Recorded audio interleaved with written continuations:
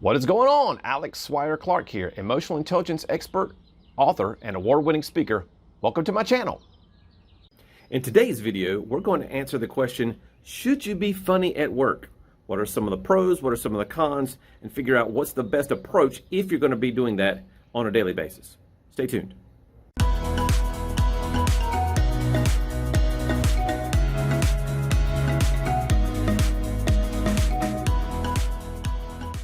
Welcome back. If you are new to the channel, please hit the subscribe button and you'll get all of our content as soon as it comes out. Bing, bing, bing, bing, bing, with the bells, ding, ding, ding, and where all that stuff is, wherever it is on the video right now, because I'm not the detail-oriented guy. It's what my editing team does.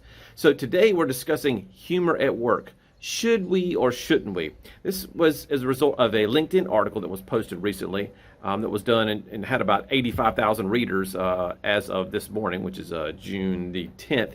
And so it was a pretty hot topic, so I wanted to kind of address it from a emotional intelligence point of view. So if you know me and you've been to the channel before, you know we're all about the DISC model of human behavior because it's super easy to understand, super easy to teach, and to be able to apply it to your personal and professional lives. So from that aspect, most of you know, have you been to my channel before, you know that I'm a high I. High I's are outgoing and people-oriented, never met a stranger, talked to a squirrel, super positive, super creative, and we love to make people laugh. That's kind of what we do. But not every style is wired like that. Your high D's are your outgoing and task-oriented. They're more about getting things done. Your S's are people-oriented and reserved. They're not necessarily about making people laugh, but just enjoying being around others. And then you've got your high C's, who are those analytical types, reserved and task-oriented. So they're there at work to get things done and do it in the proper fashion. So not everyone is going to be interested in telling the office party joke or whatever else. You know, those dad jokes that you hear sometimes, like, you know, what do clouds wear? Or why did the scarecrow win an award? Well, because he was outstanding in his field. Right? You know, those silly things. So when is it appropriate to be funny at work, and should you or should you not? So what are the benefits? And this has generated a really nice debate. So I'm going to read you a few of the comments that were made in the article and kind of address those as we go through. So the first one was, I use humor to drive creativity and productivity.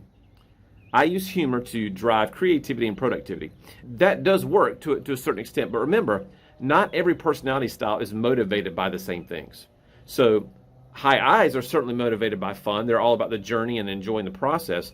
But your high C's, not so much. I mean, they don't necessarily come to work for the relationships, and they're more focused on getting the tasks done, ticking the boxes off throughout the day to make sure they're getting everything done that they need to get done in the right order all the time. So if anything disrupts that, like jokes or parties or those kinds of things, they're just not necessarily is going to be as engaged as some of the other styles, particularly on the right-hand side of the graph, those I's and S's.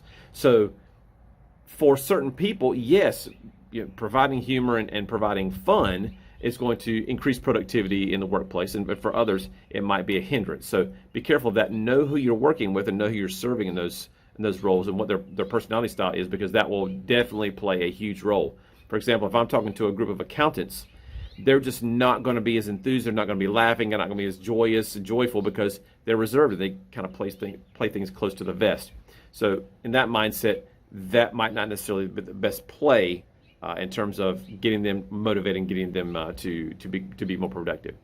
Second comment was, having fun is great, but you have to walk the line of professionalism at work. So having fun is great, but you have to kind of walk the line of professionalism at work. And I tend to agree with that.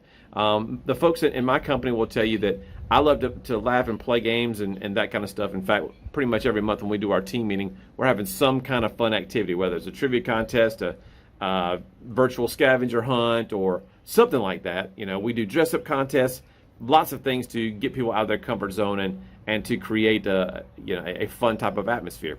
So that works for me as the high I CEO. That kind of permeates itself through our company. But again, that has to be a huge component of what you're doing on a daily basis, because ultimately we are there to get things done, and we are there to get things done in the appropriate fashion. So it can't just be all play, okay, and no work, and vice versa. It shouldn't necessarily be all work and no play, because that lends itself to, you know, a very non-collaborative type of culture. So that's something we have to be mindful of as well. So again, walk that line. Even if you've ever heard me speak, you know that I'm a fun, candy-throwing, crazy guy. but I'll also stop and use dramatic pauses for effect and really get into the nuts and bolts of why we're there and why something's important.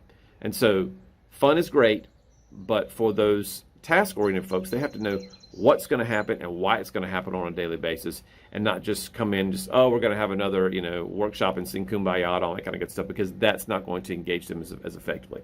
The third thing I would say is, when you look at where we are right now with our culture as especially here in the States, is that another person brought up an interesting point of that you have to be mindful of the cancel culture.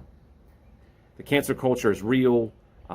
People who disagree with certain folks, they get canceled out. Their opinion isn't valid, and they just kind of get shoved to the side. And so we have that, across political boundaries right now. We have that across lifestyle boundaries now.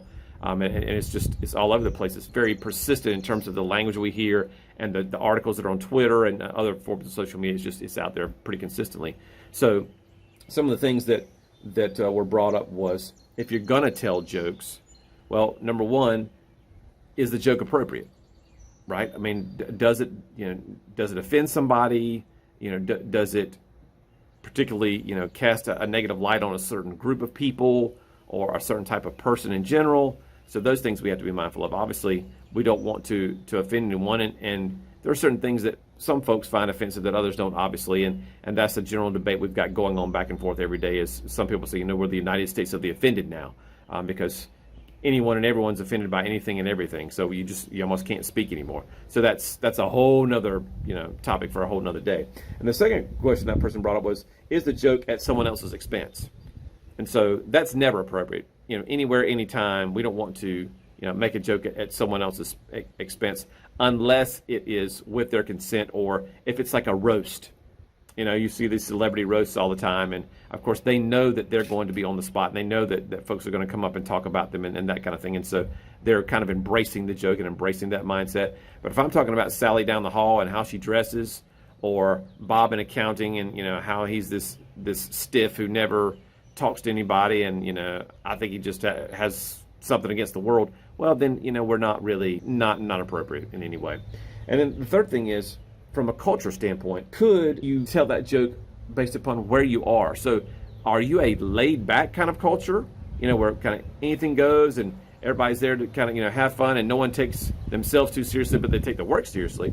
Or is it going to be more of a professional kind of old school throwback? You come to work, suit and tie, be professional at all times, everywhere.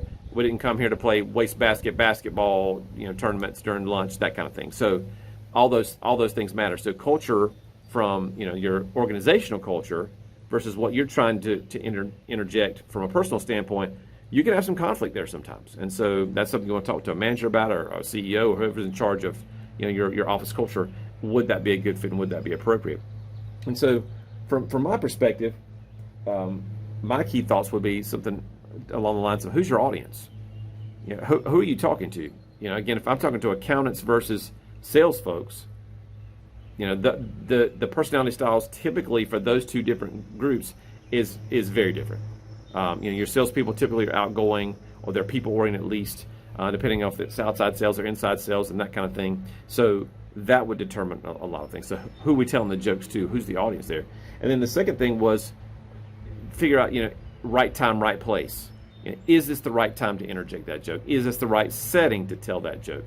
Right before the CEO's getting ready to give a motivational speech to the organization might not be the best time to tell a joke. It may be, because that CEO may be lighthearted and want people laughing and kind of set at ease before things happen. So that kind of gives him or her a chance to ease into their speech very easily. If they're a reserved and task-oriented person, let's say you have a high C CEO who may not be the best at giving speeches, he might want to have someone who's a high D or a high I who's comfortable being outgoing tell a joke or set the audience at ease. That makes his or her job that much easier. So when it comes to humor at work, there's lots of factors that you have to take into consideration.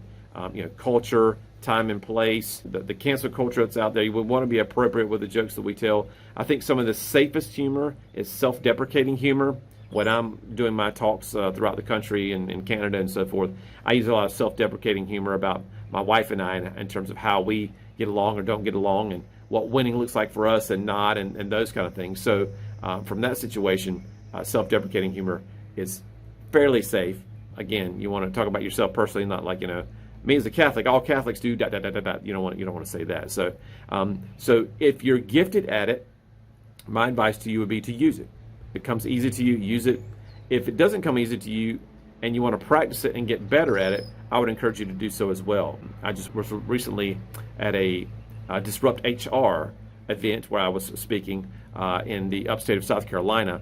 And of course, there's a high I. I've got everybody up and around, and people are laughing and whatever. And I kind of kicked off things. I was the leading speaker, and then a couple of speakers after me, someone was talking about benefit, and so he was very dry, but he injected little bit of points of humor about his child and a couple other things along the way that got people chuckling and laughing a little bit. But you can tell that was not something that came easy to him. He was not very demonstrative in how he spoke, but he still reached his audience. So, again, stories and humor make any speech better, again, as long as they're appropriate. So if you need coaching on that, you can feel free to reach out to me through YouTube or whatever. All my contact information will be found in the description below. So I'd be happy to talk with you more in depth about this, because humor is a great tool if it's used appropriately in the workplace, in speeches and so forth, but it's got to be used in the right way at the right time in front of the right audience. Appreciate you guys being here. Again, subscribe to the channel if you haven't already. Would love to have you on board. We're putting out new content every week that's appropriate for you in your personal and professional development.